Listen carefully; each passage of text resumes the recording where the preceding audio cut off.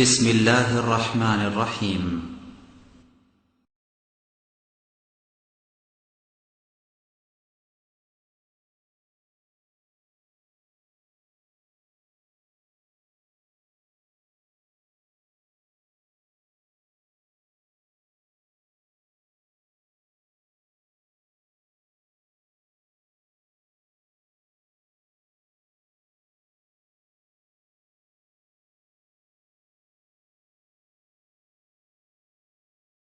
إن الحمد لله نحمده ونستعينه من يهده الله فلا مضل له ومن يضلل فلا هادي له وأشهد أن لا إله إلا الله وأشهد أن لا إله إلا الله وحده لا شريك له وأشهد أن محمدا عبده ورسوله أما بعد فإن خير الحديث كتاب الله وخير الهدى هدى محمد صلى الله عليه وسلم وشر الأمور محدثاتها وكل محدثة بدعة وكل بدعة ضلالة وكل ضلالة في النار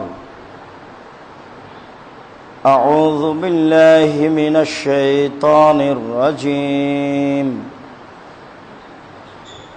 يا أيها الذين آمنوا إذا نودي للصلاة فاسعوا إلى ذكر الله وذروا البيع ذلكم خير لكم إن كنتم تعلمون عن معاوية رضي الله تعالى عنه قال سمعت رسول الله صلى الله عليه وسلم يقول المؤذنون أطول الناس عنقا يوم القيامة رواه البخاري. عن أبي سعيد الخدري رضي الله تعالى عنه قال رسول الله صلى الله عليه وسلم لا يسمع مدى صوت المؤذن إنس ولا جن ولا شيء إلا شهد له يوم القيامة رواه البخاري মুসলিম। সম্মানিত মসজিদের মুসল্লি, প্রশংসা আল্লাহর জন্য, শান্তি অবতীর্ণ হোক আল্লাহর রাসূলের উপর সাল্লাল্লাহু আলাইহি ওয়াসাল্লাম। আজ জুমার খুতবায় সংক্ষিপ্ত সময়ে বক্তব্যের বিষয় আজান। আজান সম্পর্কে এক গুরুত্বপূর্ণ তথ্যবহুল বিবরণের চেষ্টা করব ইনশাআল্লাহুল আজিজ। সম্মানিত মসজিদের মুসল্লি, আজান শব্দের আভিধানিক অর্থ হচ্ছে আহ্বান করা, ডাকা। শরীয়তের পরিভাষায় আজান শব্দের অর্থ হচ্ছে নির্ধারিত সময়ে নির্ধারিত সালাতের জন্য মানুষকে আহ্বান করা। সালাত একটি গুরুত্বপূর্ণ বিষয় যা ইবাদতের জগতে আল্লাহকে ডাকার সবচেয়ে বড় মাধ্যম। আল্লাহকে সন্তুষ্ট করার পৃথিবীতে সবচেয়ে বড় মাধ্যম সিয়াম, রোজা, যা আমরা অল্পদিন আগেই অতিবাহিত করলাম। অবশ্য ওই সুযোগ আমরা নফল সিয়ামও গ্রহণ করতে পারি। উমামা বাহিলি রাদিয়াল্লাহু তাআলা আনহু বলেন, একদা আমি রাসূল সাল্লাল্লাহু আলাইহি সাল্লামকে বললাম, আল্লাহ রাসূল, আপনি আমাকে একটা আমলের কথা বলেন। রাসূল সাল্লাল্লাহু আলাইহি সাল্লাম বলেন, উমামা আলাইকা বিসম ফাইন্নাহু লা মিসলা লাহু। উমামা, তুমি সিয়াম পালন করো। ইবাদতের জগতে সবচেয়ে গুরুত্বপূর্ণ দৃষ্টান্তবিহীন ইবাদত হচ্ছে সিয়াম। ইবাদতের জগতে সিয়ামের কোনো দৃষ্টান্ত নেই। অন্য এক বর্ণনায় বলা হয়েছে, আলাইকা বিসম ফাইন্নাহু লা ইদলা লাহু। উমামা, তুমি সিয়াম পালন করো। ইবাদতের জগতে সিয়ামের সমপর্যায়ের কোনো ইবাদত নেই। মানুষকে আল্লাহ তাআলা জান্নাতে দিবেন তার অনেক মাধ্যম করেছেন।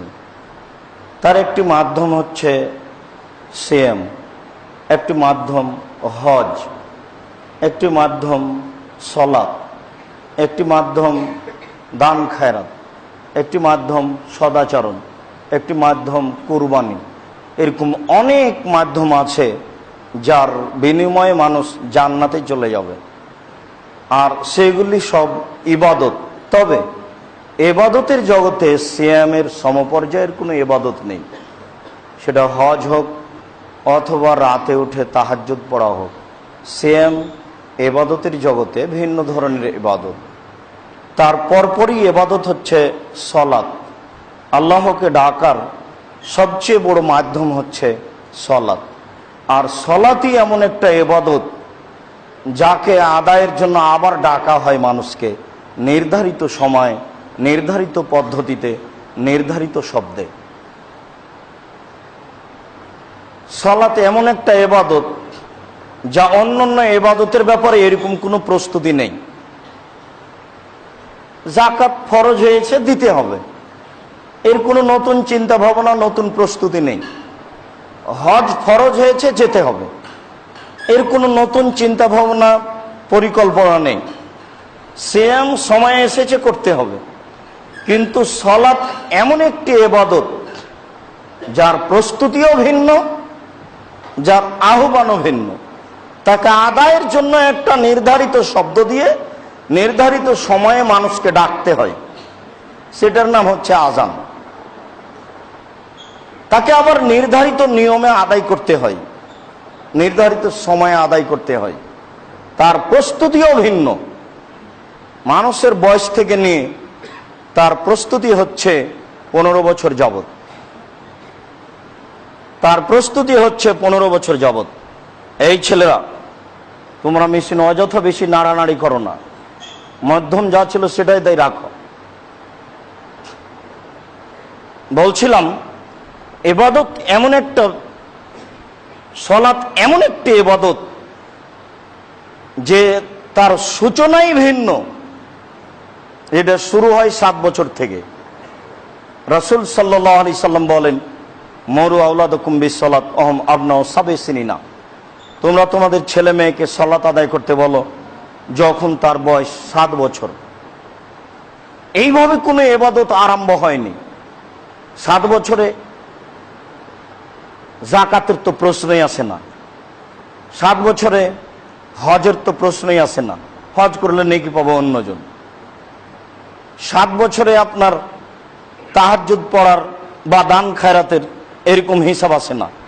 কিন্তু সালাত এমন একটা ইবাদত যাকে 7 বছর বয়সেই পড়ার জন্য রাসূল সাল্লাল্লাহু আলাইহি সাল্লাম আদেশ করছেন।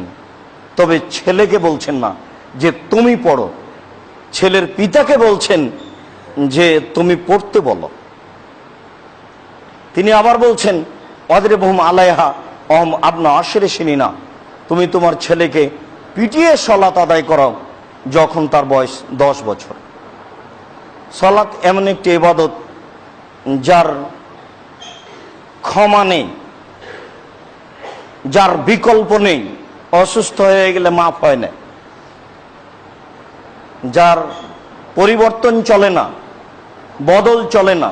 হজের চলে, সিয়ামের চলে। আপনি অসুস্থ, আর একজন সিয়াম পালন করলো, আপনার হয়ে গেল। কিন্তু সালাত এমন একটি ইবাদত যার বদল চলে না, আপনাকেই করতে হবে। আর যে কোনো অবস্থায়, যে কোনো মূল্যে করতে হবে। কোনো সময় আপনাকে মাফ করে না। দাঁড়িয়ে আছেন কি দৌড়িয়ে যাচ্ছেন, কি শত্রু তাড়া দিয়েছে, কি বিপদে আছেন, কি পরনে কাপড় আছে কি নেই, কি পরিষ্কার অপরিষ্কার, এরকম কিছু সালাত বুঝে না। সময় হলে আপনাকে আদায় করতে হবে, এ ব্যাপারে আপনি বাধ্য। ওজন্যই বহুদিন মোবাইলের মাধ্যমে সরাসরিও শুনেছেন যে 15 বছর বয়সে যে ছেলে সালাত আদায় করে না, ধরে নিতে হবে তার পিতা নেই। পিতা আছে, সালাত আদায় করে না, এ কথা মিথ্যে, এ কথা ঠিক নয়। 15 বছর বয়সের মেয়ে সালাত আদায় করে না, আর তার পিতা বেঁচে আছে, এ কথা ঠিক নয়। কেন? বিষয়টি রাসূল সাল্লাল্লাহু আলাইহি সাল্লাম পিতার উপরে চাপিয়ে দিয়েছেন।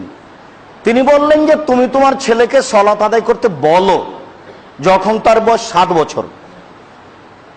তিনি এই কথা বললেন না, এই ছেলে তুমি সালাত আদায় করো, এই কথা বলেননি। যখন তার বয়স 10 বছর তাকে পিটিয়ে আদায় করাও, তখন আল্লাহ রাসূল বললেন না, এই ছেলে তোমার বয়স 10 বছর হয়েছে, তুমি সালাত আদায় করো, এরকম বললেন না। এ কারণেই এই সময়টা হলো 15 বছর পর্যন্ত পিটানোর সময়। একটা ছেলের বয়স 15 বছর সালাত আদায় করে না, তখন তার পিতা আছে, এটা আমরা বিশ্বাস করি না। যদি না করে তাহলে একথাই বিশ্বাস করতে হবে যে তার পিতা নেই, এটাই ঠিক। বলছিলাম, সম্মানিত মসজিদের মুসল্লি, এমন একটি ইবাদতের জন্য একটি আহ্বান আছে আল্লাহ রাসূলের পক্ষ থেকে, তার নাম আযান। আল্লাহ তাআলা বলেন, ইয়া আইয়ুহাল্লাযীনা আমানু, হে বিশ্বাসীগণ, ইযা নুদিয়া লিস-সালাহ, যখন তোমাদেরকে আযানের জন্য ডাকা হবে, ফাসাউ ইলা যিকরিল্লাহ, তখন তোমরা আল্লাহকে ডাকার জন্য আসো। যখন তোমাদেরকে সালাতের জন্য ডাকা হবে, তখন তোমরা আল্লাহকে ডাকার জন্য আসো। সালাত মানেই ডাকা। ওয়াদারুল বায়া, আর ক্রয় বিক্রয় ছেড়ে দাও।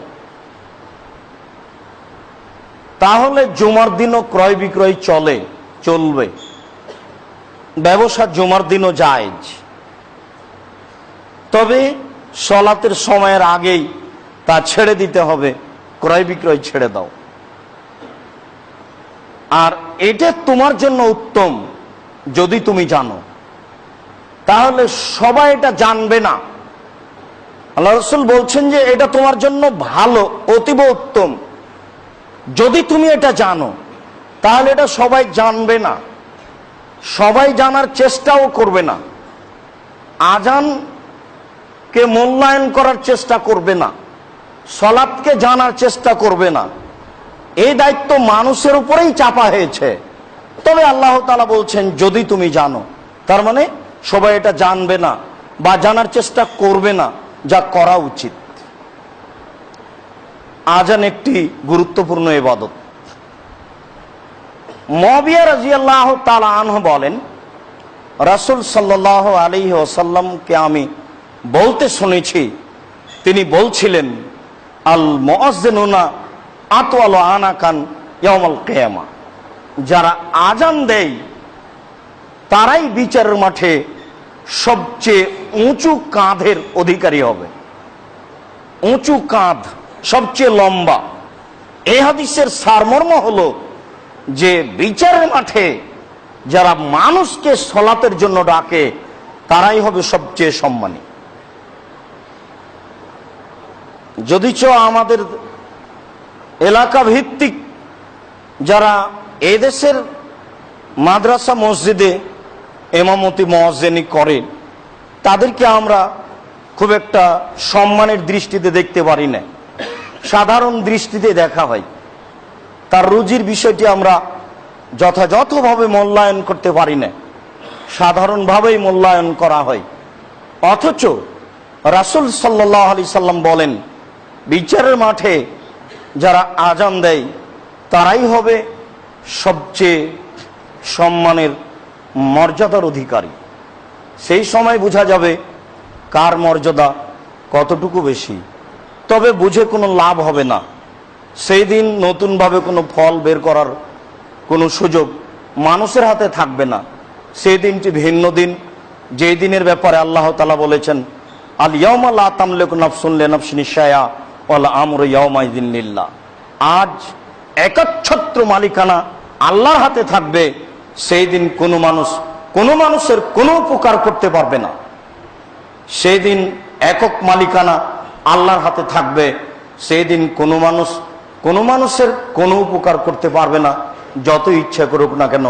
সেদিন একটা ভিন্ন দিন, যেদিন মানুষ ইচ্ছা করলেই কিছু করার মতো সুযোগ থাকবে না।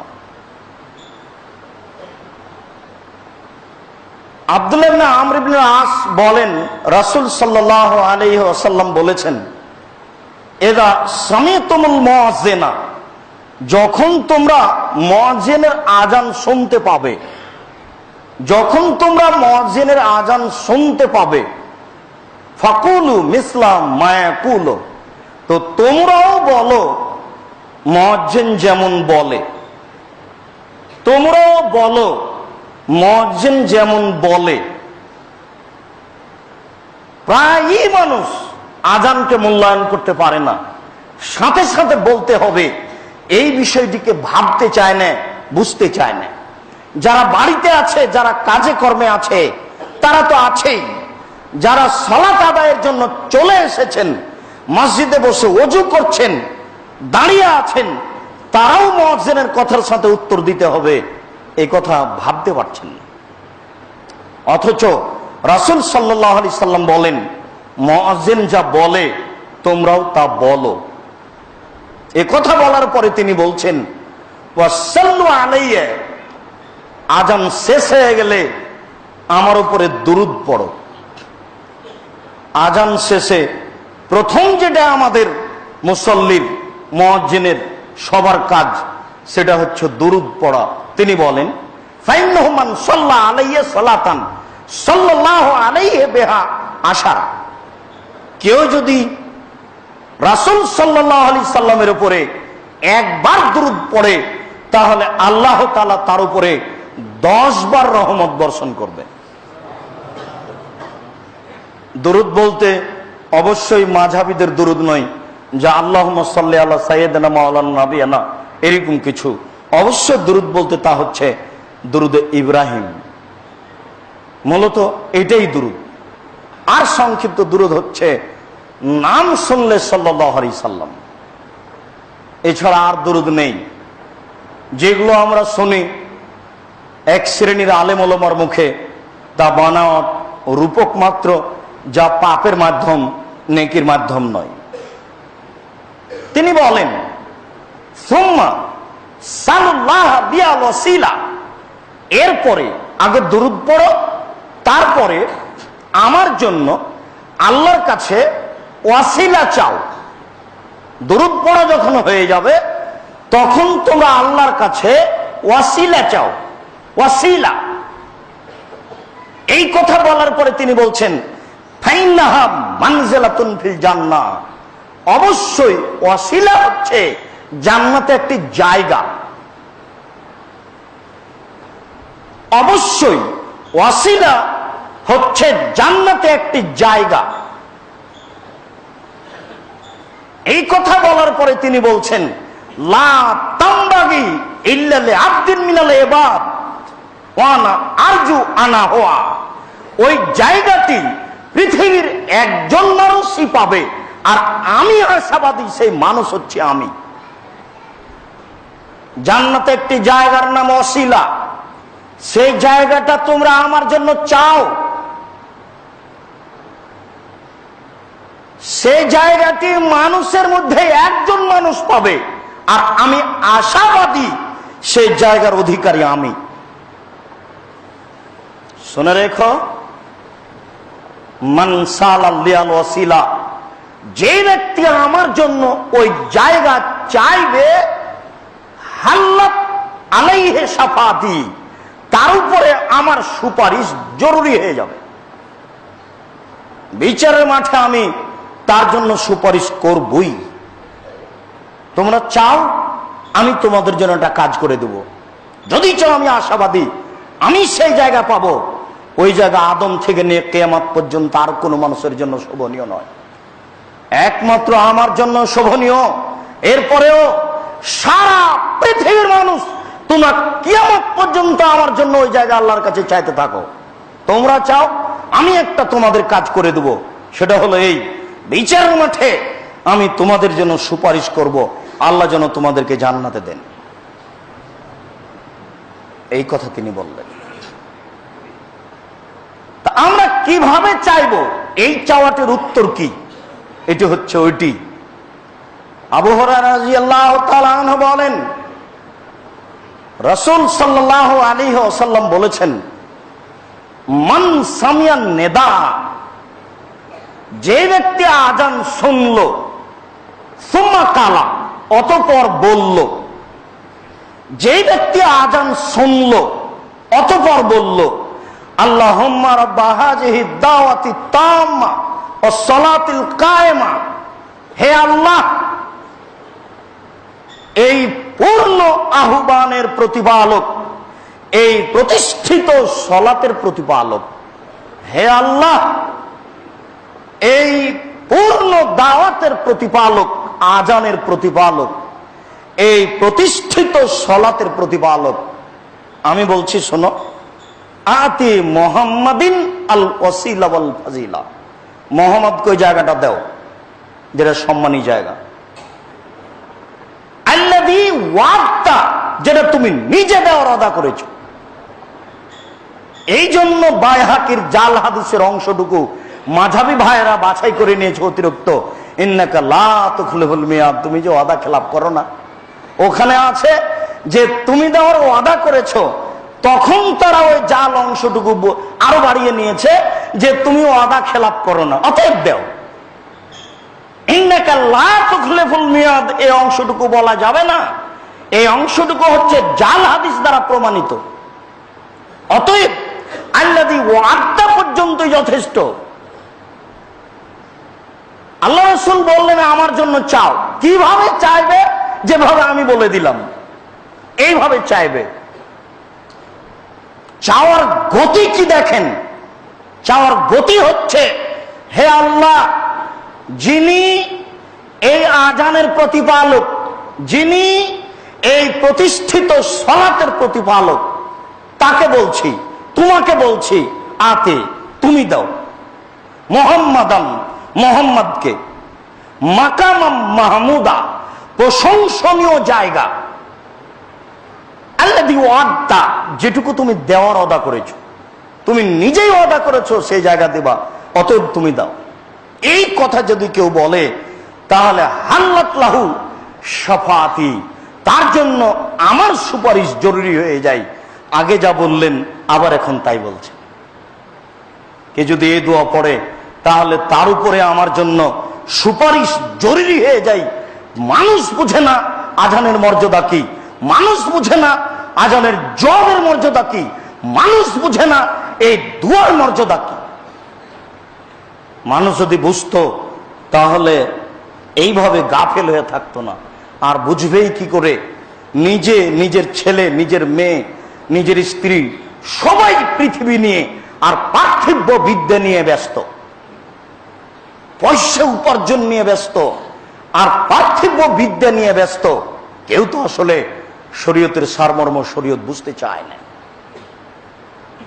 আব্দুল্লাহ ইবনে আমর ইবনে আস বলেন, রাসূল সাল্লাল্লাহু আলাইহি ওয়াসাল্লাম বলেছেন, মান সামিয়াল আযানা, কোন ব্যক্তি যদি আজান শুনে, সুম্মা কালা, অতঃপর বলে, আশহাদু আল্লা ইলাহা ইল্লাল্লাহু ওয়াহদাহু লা শারীকা লাহু ওয়া আন্না মুহাম্মাদান আবদুহু ওয়া রাসূলুহু, আমি সাক্ষ্য দিচ্ছি আল্লাহ ব্যতীত কোনো মাবুদ নেই, তার কোনো শরীক নেই, আমি সাক্ষ্য দিচ্ছি মুহাম্মদ আল্লাহর রাসূল। রাজিতু বিল্লাহি রাব্বান, আমি তোমাকে রব হিসাবে মেনে নিয়েছি। অবে মুহাম্মাদিন নবিয়ান, আমি নবীকে, মুহাম্মদকে নবী হিসেবে মেনে নিয়েছি। অবিল ইসলামে দীনান, আমি ইসলামকে দিন, ধর্ম হিসেবে মেনে নিয়েছি। ফাগফিরা লাহু, তাহলে তার সমস্ত পাপ ক্ষমা করা হবে। আজানের দোয়া হলো দুইটি। একটি দোয়া যেটা আমরা সাধারণত বলে থাকি, তার ফলাফল হলো আমি বললে সুপারিশ জরুরি হয়ে যাবে বিচারের মাঠে। আর পরে যে দোয়াটি বললাম সেটি বললে অতীতের পাপ ক্ষমা হয়ে যাবে। দুটাই বলি।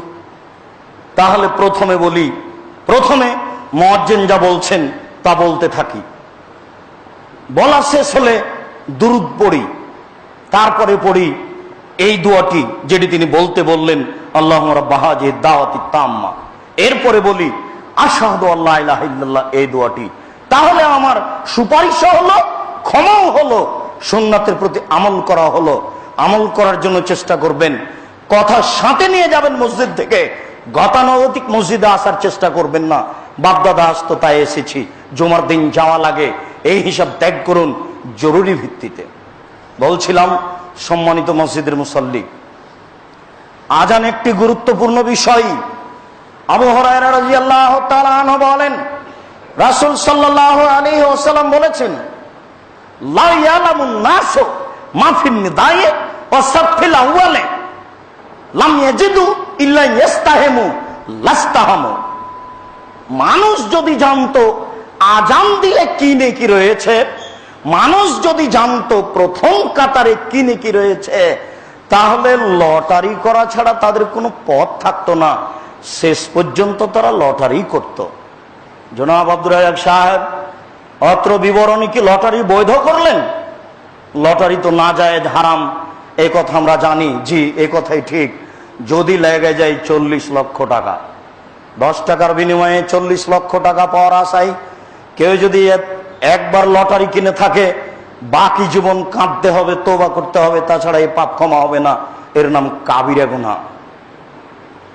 লটারি হচ্ছে জুয়া, লটারি হচ্ছে কাবিরা গুনাহ। যারা কিছু পাওয়ার আশায় একদিন লটারি ক্রয় করেছে, একদিন, বাকি জীবন তওবা করতে হবে। আস্তাগফিরুল্লাহ ওয়া আতুবু ইলাইহি, আমি তোমার কাছে ক্ষমা ভিক্ষে চাই, তোমার কাছে ফিরে যেতে চাই।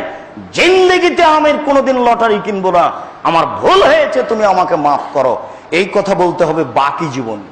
একদিন লটারি কিনলে ওটা হলো জুয়া, ওটা হলো প্রতারণা। আর এই লটারি, এটা হচ্ছে কারো টাকা নষ্ট হয় না, এটা জুয়া নয়, এটা সবাই পেতে চাচ্ছে।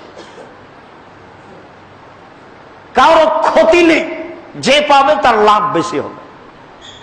আরেকজনের ক্ষতি করে যেটা হয় সেটার নাম জুয়া। প্রত্যেক যেই খেলাতে টাকার হারজিত থাকে সেটাই হলো জুয়া। প্রত্যেক যেই খেলাতে টাকার হারজিত থাকে সেটাই হলো জুয়া। পৃথিবীতে বর্তমানে এই আন্তর্জাতিক খেলা, ফুটবল, ক্রিকেট, এগুলো হচ্ছে সবচেয়ে বড় জুয়া। এই খেলা টিভিতে দেখা তো দূরের কথা, এই খেলার যেখানে গল্প চলে সেখানে বসে থাকাও হারাম, সেখানে বসে থাকা হারাম। দেখি কোন মায়ের বেটা ফতো এভাবে উল্টে ধরতে পারে, কিয়ামত পর্যন্ত সময় থাকলো। আর যারা বাড়ির উপরে পতাকা তুলেছে আর্জেন্টিনার, ব্রাজিলের, তারা বন্য, তারা বর্বর, তারা অসভ্য, তারা অশিক্ষিত, তারা মুসলিম সমাজ থেকে বহু দূরে। আশঙ্কার কিছু নেই। পতাকা যারা তুলেছে তাদের যদি আমি মূর্খ প্রমাণ করতে না পারি, জাতির সামনে বক্তব্য দেব না। আজকে শেষ করলাম। আপনি জানেন ব্রাজিল কে, আর্জেন্টিনাকে আপনার জানা আছে? আপনার হিতাহিত জ্ঞান নেই, বোধগম্য নেই, বোধোদয় নেই।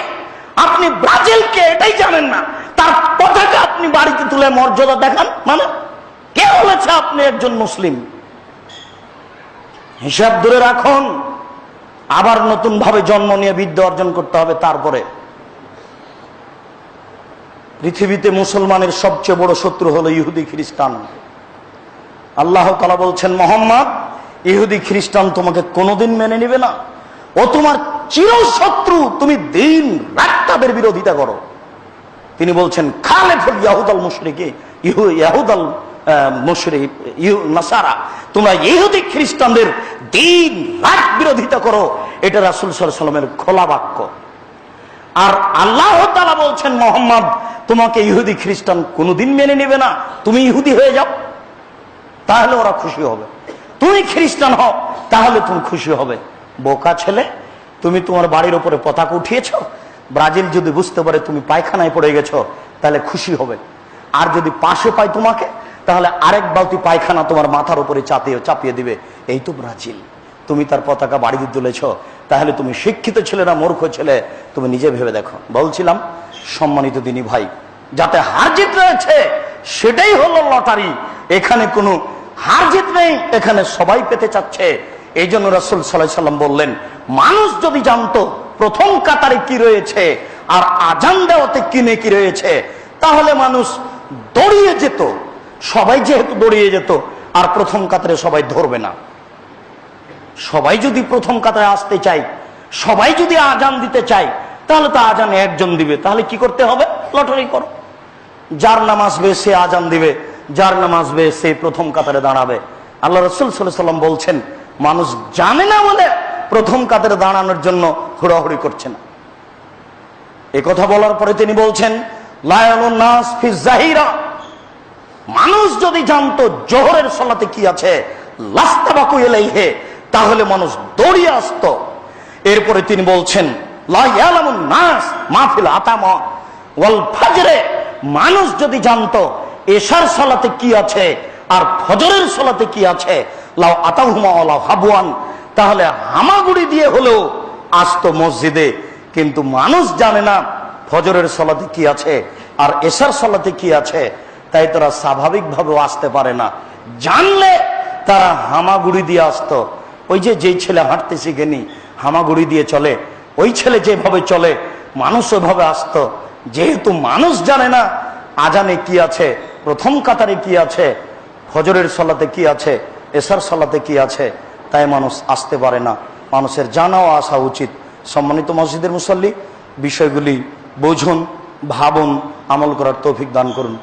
আল্লাহ তুমি তৌফিক দান কর। আল্লাহুম্মা আমিন। আল্লাহুম্মা সাল্লি আলাইহি, আল্লাহুম্মা বারিক আলাইহি। আলহামদুলিল্লাহি ওয়াহদা ওয়াসসালাতু ওয়াসসালামু আলা মান লা নাবিয়্যা বাদা।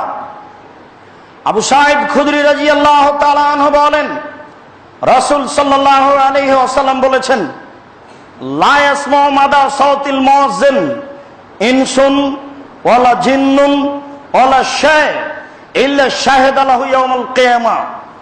আজানের ওই শব্দ শুনে না কোনো মানুষ, শুনে না কোনো জিন, শুনে না কোনো বস্তু, যা কিছু শুনে সবাই বিচারের মাঠে তার পক্ষে সাক্ষী দিবে। তিনি বললেন, মুয়াজ্জিনের আজানের কণ্ঠ যে মানুষ শুনে, যে জিন শুনে, যে বস্তু শুনে, সে বস্তু ফ্যান, বস্তু মাইক, বস্তু লাইট, বস্তু মাটি, বস্তু ঘাসপালা, বস্তু কাপড়, পৃথিবীর যা কিছু, যত কিছু মুয়াজ্জিনের আজান শুনছে বিচারের মাঠে সবাই মুয়াজ্জিনের পক্ষে কথা বলবে। বলেন মুয়াজ্জিন জান্নাতে যাবে কিনা? সবাই যদি বলে এ আজান দিয়েছে ভালো মানুষ, পশু প্রাণী যদি বলে, ঘাস পাতা যদি বলে, ফ্যান মাইক যদি বলে, মাটি যদি বলে, কাপড় চোপড় যদি বলে, সবকিছুই যদি বলে এ মুয়াজ্জিন, এ ভালো মানুষ, একে জান্নাতে দাও, তাহলে আল্লাহ তাকে জান্নাতে দিবেন না? আর কি তার জন্য থাকতে পারে? আবু হুরায়রা রাদিয়াল্লাহু তাআলা আনহু বলেন, রাসূল সাল্লাল্লাহু আলাইহি ওয়াসাল্লাম বলেছেন, আল মুয়াজ্জিন ইগফার লাহু, মুয়াজ্জিনের ফলাফল হলো ক্ষমা, মুয়াজ্জিনের ফলাফল হলো ক্ষমা, আজান দিলে তার ফলাফল জান্নাত। এই কথা বলার পরে তিনি বলছেন, ওয়ায়াশহাদু লাহু কুল্লু এবিসিন ও রাকবিন, যা কিছু শুষ্ক, যা কিছু তাজা, সবকিছুই তার পক্ষে সাক্ষী দিবে বিচারের মাঠে। যা কিছু শুষ্ক, যা কিছু তাজা, যার ভিতরে প্রাণী আছে, প্রাণ আছে, সে হলো তাজা, আর যার ভিতরে প্রাণ নেই সে হলো শুষ্ক। পৃথিবীতে যত কিছু আছে, প্রাণবিহীন আর প্রাণওয়ালা, সবকিছুই মুয়াজ্জিনের পক্ষে সাক্ষী দিবে বিচারের মাঠে। এই পর্যন্ত বলে আর রাসূল থামলেন না। আল্লাহ রাসূল আরো বলছেন, ওয়ালাহু মিসলু আজরিন মান সাল্লাহ, যত মানুষ তার আজানে সালাত আদায় করবে তত মানুষ যত নেকি পাবে, সমস্ত মানুষের সমপরিমাণ নেকি মুয়াজ্জিন পাবে। এবার আপনি বলেন আজান দিতে চাইবেন কিনা? চাইলেও তো হয় না। যে মুয়াজ্জিন আজান দেয় তাকে বেতন দিতে কষ্ট লাগে। মুয়াজ্জিন মানে একটা সাধারণ মানুষ, ওকে আর আমরা কি বললাম, এই ছেলে যাও ওই দিক, এই পথ দিয়ে যাও। ওই যে মুয়াজ্জিন, যে এটা হলো ভারত, বাংলাদেশ, পাকিস্তানের গতি। ইসলাম সৌদি আরব থেকে বের হয়ে ইরাকে ঢুকেছে, ইরাক থেকে বের হয়ে ইরানে ঢুকেছে, ইরান থেকে বের হয়ে পাক ভারতে এসেছে। আস্তে আস্তে ইসলাম উল্টে গেছে, আর যখন আসে তখন বড় আলেমদেরকে হত্যা করা হয়েছে। এই জন্যই ভারত, বাংলাদেশ, পাকিস্তানের প্রায় মসজিদের খাতেমি এমামই হচ্ছেন মুন্সি, যারা জুমার খুতবা দিচ্ছে প্রায় মুন্সি। এখনো ভারত, বাংলাদেশ, পাকিস্তানে শতকরা 98টা মসজিদের ইমাম হচ্ছেন মুন্সি, মানে যিনি ফেকা মোহাম্মদী পড়তে পারেন বা এরকম কিছু, যার কোরআন হাদিসের জ্ঞান নেই। ওইভাবে চলে আসছে। মূল্যায়নকর মানুষকে মূল্যায়ন করাও কঠিন, সম্মানী মানুষকে সম্মান করাও কঠিন। বড় আলেম রাখলে কথাও শুনতে হবে কঠিন, টাকাও দিতে হবে বেশি। দুটাই ঝামেলা নয়? দুটাই জনগণের জন্য কঠিন হয়ে আসছে। এই জন্য ওই জিনিসটা সুযোগ হিসাবে চলে আসছে দীর্ঘদিন থেকে। কাজেই মুয়াজ্জিনকে মূল্যায়ন করার মতো কোনো সুযোগ মানুষ পাচ্ছে না, অথচ পাওয়া উচিত। আব্দুল্লাহ ইবনে আমর ইবনে আস রাদিয়াল্লাহু তাআলা আনহু বলেন, রাসূল সাল্লাল্লাহু আলাইহি ওয়াসাল্লাম ইয়ুরু হিনা তালাল ফজর, যখন আল্লাহ রাসূল মানুষের প্রতি আক্রমণ করতেন তখনের সময় হতো ফজরের সালাতের সময়। যদি কোনো এলাকার উপরে তিনি তাদের অন্যায়ের কারণে আক্রমণ করার ইচ্ছা করতেন, ফজরের সালাতের সময়ে তিনি আক্রমণ করতেন। বর্ণনাকারী বলেন, ওয়াকানা ইয়াস্তামিউল আযানা, তিনি গ্রামের এক পাশে গিয়ে কান লাগিয়ে আজান শুনতেন।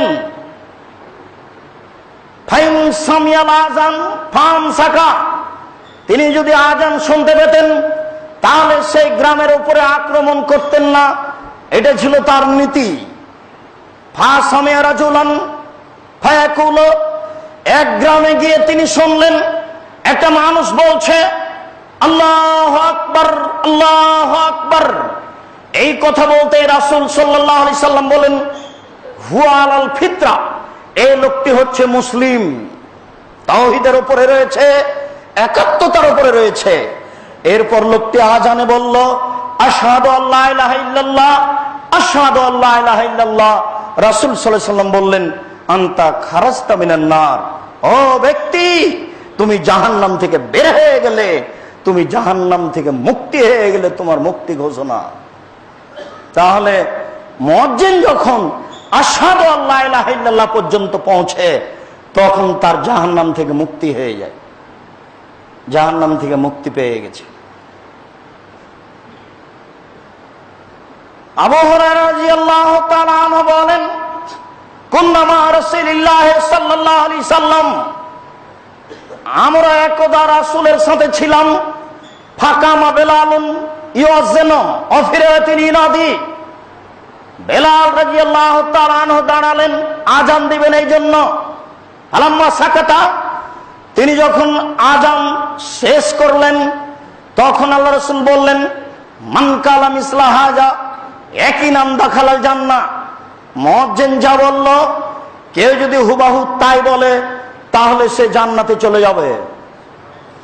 মুয়াজ্জিন যা বলল কেউ যদি হুবাহু তাই বলে তাহলে সে জান্নাতে চলে যাবে।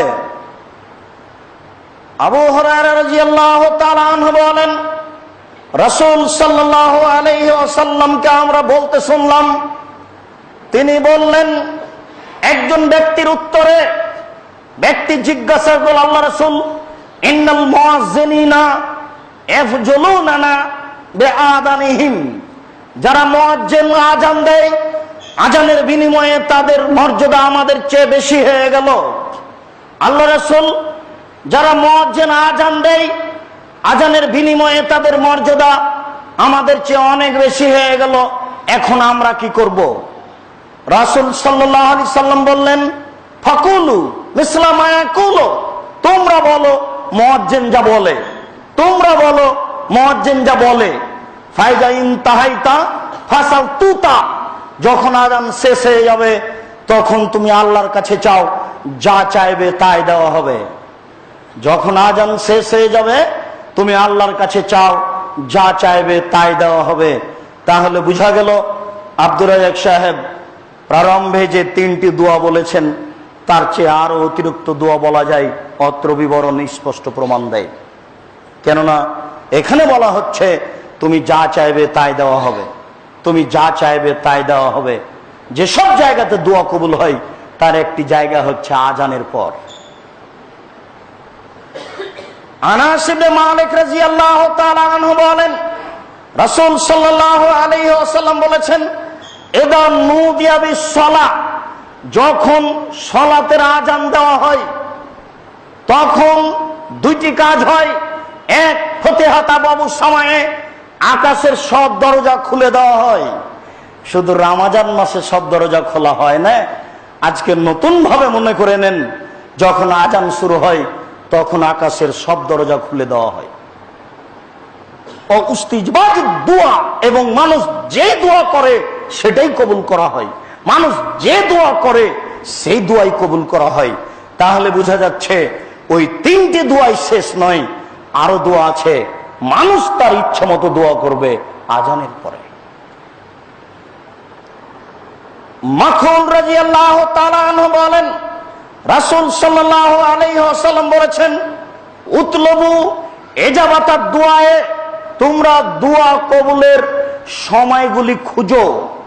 উতলবু ইজাবাতাদ দুআয়ে, তোমরা দোয়া কবুলের সময়গুলি খুঁজো।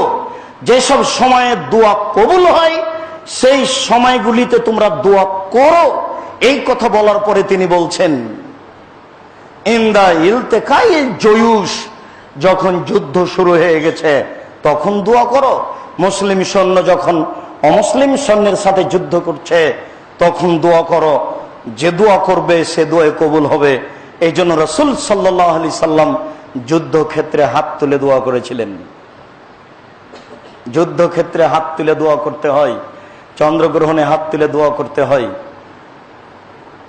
কবরের পাশে গিয়ে হাত তুলে দোয়া করতে হয়, পানি চাইতে গিয়ে সবাই মিলে হাত তুলে দোয়া করতে হয়, বিপদে পড়ে হাত তুলে দোয়া করতে হয়, ছেলে মেয়ের জন্য হাত তুলে দোয়া করতে হয়, কাবা ঘর দেখে হাত তুলে দোয়া করতে হয়, সাফা পাহাড়ে উঠে হাত তুলে দোয়া করতে হয়, মারোয়া পাহাড়ে উঠে হাত তুলে দোয়া করতে হয়, আরাফার মাঠে হাত তুলে দোয়া করতে হয়, মুজদালিফার মাঠে হাত তুলে দোয়া করতে হয়, পরের দুদিন পাথর নিক্ষেপ করার পরে হাত তুলে দোয়া করতে হয়। কেউ যদি হাত তুলে দোয়া করে আল্লাহ তার খালি হাতকে ফিরে দিতে লজ্জা পান। কেউ যদি হাত তুলে দোয়া করে আল্লাহ তার খালি হাতকে ফিরে দিতে লজ্জা পান। অতএব মানুষের জীবনে একটা গুরুত্বপূর্ণ ইবাদত হচ্ছে হাত তুলে দোয়া করা। মানুষের জীবনে হাত তুলে দোয়া করা উচিত, জরুরি কাজ একটা তার জীবনে হাত তুলে দোয়া করা। সম্মানিত মসজিদের মুসাল্লি, কেন জানি বল্লার লোকেরা এত পিছে থাকলো এখনো। হিংসে চিরদিন রাখা ঠিক নয়। নামাজের পরে হাত তুলে দোয়া করতে হবে, এটা সুন্নাত নয়। এতে রাসূলকে অপমান করা হয়। জানাজার পরে, সভা সমিতির পরে, ঈদের মাঠে সবাই মিলে হাত তুলে দোয়া করলে রাসূলকে অপমান করা হয়। এটা সুন্নাত বিরোধী কাজ। একদিন না একদিন এইসব এলাকার লোককে এই পথ থেকে ফিরে আসতেই হবে। যেদিন ফিরে আসতে হবে সেদিন হুজুরদের অপমান ঘনিয়ে আসবে। এই জন্য হুজুরদের বলি, আগেই পথ ছেড়ে দেন, যুবকরা মূল্যায়ন করবে। যেদিন যুবকরা হা দিবে সেদিন আর ছাড় দিবে না, সেদিন অপমান হয়ে স্থান থেকে ফিরে আসতে হবে। অতএব আগেই ক্লিয়ার হয়ে যান, হওয়া ভালো। একদিন না একদিন এই পথে ফিরে আসতেই হবে। হাত তুলে দোয়া করা ব্যক্তিগত ব্যাপার, আপনার যখন ইচ্ছা তখন হাত তুলে দোয়া করুন। আজ করেন, বাপের কবরের পাশে গিয়ে 40 বছর হলো বাপ মরা, একদিন যাওয়ার সুযোগ হয় না। অথচ মুসলিম শরীফের হাদিস, কবরের পাশে গিয়ে হাত তুলে দোয়া করতে হবে। দলবদ্ধভাবে মিলে ঢং হচ্ছে, আবার নামাজের পরে সবাই মিলে না হলে একবারে গরম হয়ে নাকে অনেক কিছু করে ফেলার ইচ্ছা হচ্ছে। এটা ঠিক নয়, রাগ চিরদিন রাখা ঠিক নয়। অতএব এই কাজ থেকে ফিরে আসুন। বলছিলাম, রাসূল সাল্লাল্লাহু আলাইহি সাল্লাম বললেন, যেসব সময়ে দোয়া কবুল হয় সেই সময়গুলি তোমরা খুঁজো। তার একটি সময় হচ্ছে যুদ্ধের সময়। তাই রাসূল হাত তুলে দোয়া করেছিলেন বদরের যুদ্ধে। আর একটি হচ্ছে একামাতিস সালাহ, যখন সালাতের একামাত দেওয়া হয়। তাহলে আজান একামাত দুটাই আজান। যতক্ষণ পর্যন্ত সালাত না শুরু হয়েছে, আজান থেকে নিয়ে একামত পর্যন্ত দোয়া করতেই থাকেন। আজানও চলছে, গল্পও চলছে, একামত হয়ে গেছে তবুও গল্প চলছে। এসব লোক কি দোয়া করবে বলে? মানে শরীয়তকে কেউ মূল্যায়ন করতে চায় না। সবাই ভাবছে ইসলাম হচ্ছে গতানুগতিক ব্যাপার। জি না, একামতের সময় তোমরা দোয়া করো, এই সময় তো দোয়া কবুল হয়। ওয়ায়ে নজুলিল মাতারে, আর যখন বৃষ্টি হয়, ইফতারের সময় দোয়া কবুল হবে এই কথা ঠিক নয়, ওই হাদিস ঠিক নয়। ওই হাদিস জাল। এই বৃষ্টির সময় কয়দিন হাত তুলে দোয়া করলেন? সবকিছু উল্টে আছে, আমি বুঝতে পারি না এরকম কেন। বিসমিল্লাহ বলে ইফতার করতে হবে, পানি মুখে দিয়ে বা খেজুর মুখে দিয়ে বলতে হবে ইনশাআল্লাহ, কিন্তু আল্লাহ তো চলে আসছে বহুদিন থেকে। অথচ দুটো হাদিস একই ব্যাপার। যেখানে হাত লাগাবেন আসলটা নেই, নকলটা উঠে আছে। কি বা আছে আমিও বুঝতে পারি না কেন এরকম। একামাত শেষ হলে মুয়াজ্জিন যা বলছে সেটাই বলতে হবে, এটাই সুন্নাত। কিন্তু একামাত শেষে বলছে আকামাল্লাহু আদামাহা, অথচ তা ঠিক নয়, একেবারে নিতান্তই জয়ীফ হাদিস। আজান শেষ হলে আপনাকে হায়াল আসসালাহ হায়াল আল ফালার জায়গাতে বলতে হবে লা হাওলা ওয়ালা কুওয়াতা ইল্লা বিল্লাহ, যেটা একটু পরে বলতে যাচ্ছি। আর আকামাল্লাহু আদামা আসসালাতু খায়রুম মিনান নাওমের জায়গাতে আসসালাতু খায়রুম মিনান নাওম বলতে হবে, অথচ উঠে আছে এখানে সাদ্দাক্তা ওয়া বারাকতা। সাদ্দাক্তা ওয়া বারাকতা বললে পাপ হবেই। কিভাবে? বুখারী মুসলিমের হাদিস দ্বারা যেটা প্রমাণিত সেটা উঠে নাই, অন্য একটা উঠে আছে। সমাজে অন্য একটা চলছে। অত্র হাদিসে তিনটে স্থান আল্লাহ রাসূল উল্লেখ করলেন দোয়া কবুলের। তার একটা হচ্ছে যুদ্ধক্ষেত্র, তার একটা হচ্ছে আজান একামাতের সময়, তার একটা হচ্ছে বৃষ্টি বর্ষণের সময়। যখন মুষলধারে বৃষ্টি হচ্ছে তখন দোয়া করেন, হাত তুলে দোয়া করেন, ওটা আপনার ব্যক্তিগত ব্যাপার। যখন ইচ্ছা আপনি হাত তুলে দোয়া করেন। সালাতের পরে আসলেন কেন? এটা একটা বিশেষ ইবাদত। এই ইবাদত যতটুকু রাসূল দ্বারা প্রমাণিত ততটুকু করতে হবে, একটু বেশি হয়ে গেলে সেটা বেদাত হয়ে যাবে। ঈদের মাঠের বক্তব্য খুতবা রাসূলের সুন্নাত দ্বারা প্রমাণিত, একটু বেশি করলে ওটা বেদাত হয়ে যাবে। জানাজার পরে যেটুকু রাসূল দ্বারা প্রমাণিত সেটুকু করতে যাবেন, একটু বেশি হয়ে গেলে সেটুকু বেদাত হয়ে যাবে। হাত তুলে দোয়া করুন, বলছিলাম রাসূলের পদ্ধতিতে করুন। ওমর রাদিয়াল্লাহু তাআলা আনহু বলেন, রাসূল সাল্লাল্লাহু আলাইহি সাল্লাম বলেছেন, ইজা কালাল মুয়াজ্জিন আল্লাহু আকবার আল্লাহু আকবার ফাকাল আহাদুকুম আল্লাহু আকবার আল্লাহু আকবার। মুয়াজ্জিন যখন বলে আল্লাহু আকবার আল্লাহু আকবার, তোমাদের কেউ বলে আল্লাহু আকবার আল্লাহু আকবার। মুয়াজ্জিন যখন বলে আশহাদু আল্লা ইলাহা ইল্লাল্লাহ আশহাদু আল্লা ইলাহা ইল্লাল্লাহ, তোমাদের কেউ বলে আশহাদু আল্লা ইলাহা ইল্লাল্লাহ আশহাদু আল্লা ইলাহা ইল্লাল্লাহ। মুয়াজ্জিন যখন বলে আশহাদু আন্না মুহাম্মাদুর রাসূলুল্লাহ আশহাদু আন্না মুহাম্মাদুর রাসূলুল্লাহ, তোমাদের কেউ বলে আশহাদু আন্না মুহাম্মাদুর রাসূলুল্লাহ আশহাদু আন্না মুহাম্মাদুর রাসূলুল্লাহ। মুয়াজ্জিন যখন বলে হাইয়া আলাস সালাহ, তোমাদের তো কেউ তখন বলে লা হাওলা ওয়ালা কুওয়াতা ইল্লা বিল্লাহ, নড়াচড়ার করার কোনো শক্তি নেই আল্লাহর শক্তি ছাড়া। মুয়াজ্জিন যখন বলে হাইয়া আলাল ফালাহ, তোমরা কল্যাণের দিকে আসো, আগের বাক্য সলাতের দিকে আসো, পরের বাক্যে কল্যাণের দিকে আসো, তখন তোমাদের কেউ বলে লা হাওলা ওয়ালা কুওয়াতা ইল্লা বিল্লাহ। মুয়াজ্জিন বলে আল্লাহু আকবার আল্লাহু আকবার, তোমাদের কোন ব্যক্তি বলে আল্লাহু আকবার আল্লাহু আকবার। মুয়াজ্জিন বলে লা ইলাহা ইল্লাল্লাহ, তোমাদের কোন ব্যক্তি বলে লা ইলাহা ইল্লাল্লাহ মিন কালবিহি, মনে প্রাণে মনোযোগ সহকারে। দাখালাল জান্নাত, হলো জান্নাতে চলে গেছে, ফলাফল জান্নাত। তাহলে মুয়াজ্জিন শুধু একাই মর্যাদা লাভ করছে তা নয়, আমরাও যদি সাথে সাথে বলি তাহলে আমাদেরও মর্যাদা রয়েছে। শুধু তাই নয়, আব্দুল্লাহ ইবনে আমর ইবনে আস রাদিয়াল্লাহু তাআলা আনহু বলেন, রাসূল সাল্লাল্লাহু আলাইহি ওয়াসাল্লাম একদা বললেন, শোনো, ইয়াজিবু রাব্বুনা তাআলা বেরাইল গানামে, আল্লাহ তাআলা একজন ছাগলের রাখালের উপরে খুশি হয়ে যান। একজন ছাগলের রাখাল কোথায়? ফি রাসে সাজিয়াতিন জাবালে, পাহাড়ের চূড়ায়। একজন রাখাল তার ছাগল নিয়ে পাহাড়ের চূড়ায় অপেক্ষা করছে। ওই রাখালের উপরে আল্লাহ খুশি। কিভাবে? ওই রাখাল সলাতের জন্য আজান দেয় এবং সলাত আদায় করে। তখন আমাদের প্রতিপালক বলেন, উনজুরু ইলা হাজা আব্দি, পৃথিবীর মানুষ তোমরা আমার এই বান্দাকে দেখো, পৃথিবীর মানুষ তোমরা আমার এই দাসকে দেখো, সারা দুনিয়ার মানুষকে আল্লাহ তাআলা বলেন, এই দাসে রাখাল কি করে? ইউযাজিনু ইউকিমু, সে আজান দেয়, একামত দেয়, ওয়া ইয়াখাফু মিন্নি, আমাকে ভয় করে। ছাগল চড়াচ্ছে, সালাত আদায় করতে হবে কেন? এই ভয়ে সালাত আদায় করছে, সালাত আদায় না করলে পাপ হবে, জাহান্নাম হবে, এই জন্য। তাহলে রাখাল আজান দেয়, একামত দেয়, আমাকে ভয় করে, অতএব ফাগাফারতু লিআবদি, আমি আমার দাসকে ক্ষমা করে দিলাম, ওয়াদখালতুহুল জান্নাহ, আমি তাকে জান্নাতে প্রবেশ করিয়ে দিলাম। শুধু ক্ষমা করে আল্লাহ বাক্যটি শেষ করলেন না। রাসূল সাল্লাল্লাহু আলাইহি ওয়াসাল্লাম বলছেন, ক্ষমার পরে আল্লাহ তাআলা বলছেন যে আমি তাকে জান্নাতে ঢুকিয়ে দিই, আজানের ফলাফল জান্নাত।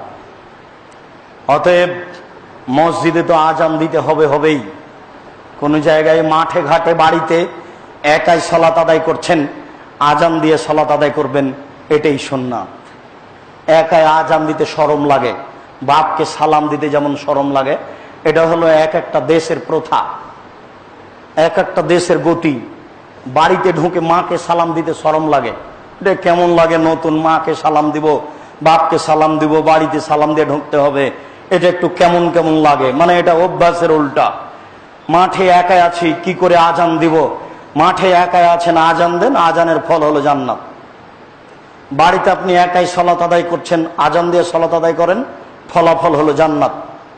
অতএব মসজিদের মুসল্লি, আজানের বিষয়টি গুরুত্ব সহকারে ভেবে আপনাকে বলতে চাচ্ছি, আপনি আজান দিয়ে সালাত আদায় করুন, যে কোনো স্থানে ফলাফল হবে জান্নাত।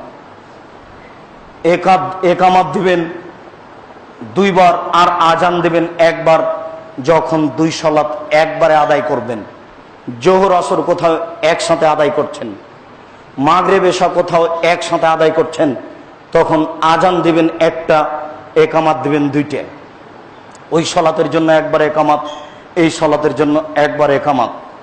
মহিলাদেরকেও একামত দিয়ে সালাত শুরু করতে হবে। দেশে মাঝহাবি মানুষ প্রায় 90% জন, আমাদের ঘরে মাঝহাবি মহিলা প্রায় অনেকেই। তারা মনে করে মহিলাদেরকে একামত দিতে হয় না। জি না, আজান একামত দুটাই জান্নাতের মাধ্যম, দুটাই বড় ইবাদত। অতএব মুয়াজ্জিন আজান একামত, আপনি একামত দিবেন, আপনার স্ত্রী একামত দিবে, পুরুষও একামত দিবে, নারীও একামত দিবে, সবাকে দিতে হবে। নারী যদি বাড়িতে ইমামতি করে তাহলে তাদের একজনকে একামত দিবে। আপনি যদি আপনার স্ত্রী কিনে সালাত আদায় করেন তাহলে আপনি একামত দিবেন, আপনার স্ত্রী নয়। তবে আপনার স্ত্রী বাড়ির মহিলাদেরকে নিয়ে সালাত আদায় করাতে পারে, তারাবির সালাত আদায় করাতে পারে, 5 ওয়াক্ত সালাত আদায় করাতে পারে। মহিলারা জুমার সালাত আদায় করাতে পারে না, মহিলারা ঈদের সালাত আদায় করাতে পারে না, মহিলারা জানাজার সালাত আদায় করাতে পারে না। যেখানে তাকবীর আছে, যেখানে বক্তব্য আছে, সেখানে মহিলাদের সালাত চলে না। জুমাতে বক্তব্য আছে, ঈদের মাঠে বক্তব্য আছে, অতএব এখানে মহিলাদের চলে না। এই জন্য এই জেলা থেকে ওই জেলা মহিলাদের বৈঠক চলে না, এই জন্য এই পাড়া থেকে ওই পাড়া মহিলাদের বৈঠক চলে না। মহিলারা তার বাড়ি থেকেই দাওয়াত দিবে মানুষকে, এটাই সুন্নাত। সম্মানিত মসজিদের মুসল্লি, আমাদের দেশে আমরা রাজশাহী চাঁপাইনবাবগঞ্জের মানুষ ভাবতাম যে শুধুমাত্র মাঝহাবি মসজিদে জুমার দিন 2 আজান হয়। যখন আপনার রংপুর গাইবান্ধা বগুড়ায় আসলাম তখন দেখলাম যে আহলে হাদিস মসজিদও 2 আজান হয়। এটা আমাদের কাছে ছিল খুব নতুন। আমরা চাঁপাইনবাবগঞ্জ শহরে যখন আসতাম একবারে পল্লী থেকে, তখন দূর থেকে তাকিয়ে দেখতাম এই যে এটা হলো মাঝহাবিদের মসজিদ, যেখানে 2 আজান হয়। এইভাবে আমরা ওটা দূর থেকে তাকিয়ে তাকিয়ে দেখতাম, দেখি আহলে হাদিস মসজিদে 2 আজান হয়। জি না, সেই কালে আব্দুল ইবনে ওমর বলেছেন দ্বিতীয় আজানটি বিদআত। অতএব কোন মসজিদে জুমার দিন 2 আজান হবে না। 2 আজান দিতে গিয়ে তারা কত বিপদে পড়েছে। এক তো বিপদে পড়েছে, জুমার দিন তারা আরবিতে বক্তব্য দিবে, বাংলায় বক্তব্য দিবে না। এই জন্য আগেই কিছু বসে বলে নেয়, এটা একটা বিদআত। তারপরে ইমাম সাহেব মিম্বারে বসলেন, তার মুখের উপরে ছোট ছোট করে আজান দিল, এটা আজানকে বেইজ্জত করা হলো, এটা একটা বিদআত। আজান মানে মানুষকে আহ্বান করা, যার যত শক্তিতে গোলাই সে তো দূরে কণ্ঠ দিবে, আর যত দূরে কণ্ঠ যাবে সব কিছু সাক্ষী দিবে। তো এখানে মুখের উপরে ছোট ছোট আজান দেওয়া, এ আবার কোন সাক্ষী হলো? এটা নয়, এ আর একটা বিপদ। এই জন্য এ থেকে বেঁচে থাকবেন। এরপরে ওই যখন ইমাম সাহেব মিম্বারে বসবেন তখন মসজিদের বাহির থেকে আজান দিতে হবে সামনাসামনি। আবু দাউদ বর্ণিত এই হাদিসটি ঠিক নয়। তা আজান কোথা থেকে দিবে? মসজিদের বাইরে যে কোনো উঁচু জায়গা থেকে আজান দিবে, এটাই সুন্নাত। যদি মসজিদের বাইরে কোনো উঁচু জায়গার ব্যবস্থা করা না থাকে তাহলে যে কোনো জায়গা থেকে আজান দিবে, এটাই সুন্নাত। পৃথিবীর সকল মসজিদে জুমার দিন একটাই আজান হবে, সকল মানুষের স্ব ভাষায় জুমার খুতবা হবে, এটাই সুন্নাত। দুই আজান দেওয়া বিষয়টি থেকে সাবধান থাকবেন। আমি অনেক দিন আগে আপনার ওই ফতোয়া মাসাইল বইটি জনাব আব্দুল্লাহ কাফিয়াল কোরাইশ রাহিমাহুল্লাহর পড়েছিলাম। সেই বইটিতে দেখেছিলাম বল্লার জামে মসজিদ। বল্লার জামে মসজিদ কয়েকটি মসজিদকে একত্রিত করা হয়। সেই দিন এখানে কোনো দ্বন্দ্ব ছিল এটা বুঝতে পারা যায়নি। আজকে বিস্তারিত দেখে এবং একটা নতুন ছাপা বই হয়েছে সেটা দেখে বোঝা গেল সেদিনও কিছু দ্বন্দ্ব ছিল। যে দ্বন্দ্ব এই গ্রামে দীর্ঘদিন ধরে খুব কঠিনভাবে ছিল, এখন কিছু নরম হতে পারে। এবং এই মসজিদটিকে মসজিদে জেরার বলে হয়তোবা কেউ ঘোষণা দিয়েছে, এমনও সেখানে বলা হয়েছে। সমস্ত লোককে দাওয়াত দেওয়া হয়েছিল এক মসজিদে আসার জন্য। যদি তাই হয়ে থাকে সমস্ত মানুষের যাওয়াই ভালো ছিল, এটাই উত্তম। যারা যায়নি তাদের মসজিদ আগে থেকে আছে, তাদের মসজিদ জেরার হয় কিভাবে? তা হয় না। তারা তাদের গ্রহণ করেনি, এটা একটা ভুল হয়েছে, সে কথা ভিন্ন। কিন্তু মসজিদ জেরার হয় কি করে? যখন একটা মসজিদকে ধ্বংস করার জন্য আর একটা মসজিদ তৈরি হয়, শত্রুতার জন্য তৈরি হয়, তখন তাকে মসজিদে জেরার বলে। আপনাদের অবগতিতে এই মসজিদ 250-300 বছর থেকে চলছে, এটা জেরার হয় কি করে? হয়তোবা যারা বলেছে তারা হিংসামূলক বলেছে, তা অবশ্যই ঠিক নয়। এরপরে আমি আপনাদের বলে যাচ্ছি, আপনাদের আপোষের দ্বন্দ্ব এখনো যা আছে তা কমিয়ে নিয়ে আসতে হবে। জমিয়ত আন্দোলন যেসব দ্বন্দ্ব সেটাও কমিয়ে নিয়ে আসতে হবে। সবাই ভাই ভাই, সবাই আহলে হাদিস। নামের কারণে একটু উলটপালট হয়ে গেছে। সে নামটাও ছিল কোন উদ্দেশ্যে, এই নামটাও ছিল উদ্দেশ্যে। অতএব সবাই আহলে হাদিস, শত্রুতা কমিয়ে দিতে হবে। আমাদের মসজিদ, এখানে কোরআন এবং শরীয়ত অনুযায়ী সালাত হবে। এ ব্যাপারে আমাদেরকে আপোষের দ্বন্দ্ব কমিয়ে দিয়ে জীবন বাজি রেখে ভালোবাসা বজায় রেখে সালাত আদায়ের চেষ্টা করতে হবে, যাতে করে সালাত আদায় করে পরকাল না হারাই। যেসব বিষয়গুলি ধর্মের ব্যাপারে দ্বন্দ্ব দেখা দিচ্ছে সবগুলি দূরে করার চেষ্টা করতে হবে। বল্লার সকল ভাই আমাদের দিনী ভাই, সারা বাংলাদেশের সকল আহলে হাদিস ভাই দিনী ভাই, পৃথিবীর সকল আহলে হাদিস ভাই দিনী ভাই, সকল মুসলিম দিনী ভাই, আল্লাহ তুমি সকলকে দিনের উপরে চলার তৌফিক দান করো, আল্লাহুম্মা আমিন। মসজিদের মুসাল্লি, আমরা আমাদের আলোচনার পুনরাবৃত্তিতে বলছি, ইবাদতের জগতে সবচেয়ে দামি গুরুত্বপূর্ণ ইবাদত হচ্ছে সিয়াম। তারপরে গুরুত্বপূর্ণ ইবাদত হচ্ছে সালাত। সালাত আদায় না করলে মানুষ মুসলমান থাকে না, এ কথাই ঠিক। 15 বছরের ছেলে মেয়ে নামাজ পড়ে না, তার পিতা বেঁচে আছে, এ কথা ঠিক নয়। অতএব সবাইকে সালাত আদায় করতে হবে বাধ্য, যে কোনো মূল্যে। সালাতের জন্য একটি গুরুত্বপূর্ণ ইবাদত হচ্ছে আজান। আজানের ফলাফল হলো জান্নাত। আপনাদেরকে সবাইকে এ বিষয়ে গুরুত্ব রাখতে হবে। আজান আমার মান মর্যাদা নিয়ে নিল, আমি পিছনে পড়ে গেলাম, তা না। রাসূল সাল্লাল্লাহু আলাইহি ওয়াসাল্লাম বললেন, মুয়াজ্জিন যা বলেছে তুমি তা বলো, তুমিও সেই মর্যাদা পেয়ে যাবা। এরপরে তুমি যা চাইবে তোমাকে তাই দেওয়া হবে। অতএব তুমি পিছুয়া হলে কেন? জীবন বাজি রেখে আপনি আপনার স্ত্রী, আহল পরিবার আজ থেকে আজানের উত্তর দেওয়ার চেষ্টা করবেন, খুব খেয়াল করে। যেখানে থাকবেন আজান দিয়ে সালাত আদায় করবেন, আপনার স্ত্রীও একামত দিয়ে সালাত আদায় করবে, এটাই সুন্নাত। আল্লাহ তুমি আমাদের এর প্রতি আমল করার তৌফিক দান করো, আল্লাহুম্মা আমিন। আব্দুল্লাহ বিন ফজল সাহেব চলে গেছেন, আমাদের খুব বড় আলেম ছিলেন, 4 ঘন্টা থেকে 8 ঘন্টা বক্তব্য দিতেন। আমরাও চলে যাবো, এ কথাই ঠিক। আমাদের বই পুস্তক আগে ছিল না, এখন আমরা চেষ্টা করছি আমরা চলে যাওয়ার সাথে সাথে যেন আমাদের কিছু কলম থাকে। আগে থেকে ছিল না। অফিস আদালত কোর্ট কাচারি সব তাদের, বই পুস্তক তাদের, ইসলামিক ফাউন্ডেশন তাদের, আপনার যে কোনো প্রেস তাদের, সব কিছুই তাদের। আমরা সৈন্যের উপরে আছি। সৈন্যের উপরে থেকেও যে এই দেশের মাটিতে হক অনুযায়ী চলার একটা সুযোগ পাচ্ছি, এটাই আলহামদুলিল্লাহ। এটাকে মূল্যায়ন করে আপনারা বক্তব্য শুনে এবং বই পুস্তক পড়ে আমল করার চেষ্টা করুন। আল্লাহ কবুল করুক। আজকের জন্য আমার জীবনের সব কিছু লেখা কথাগুলি আছে ওই উপদেশ বইটিতে। আজকে যা বললাম সেটাও আছে।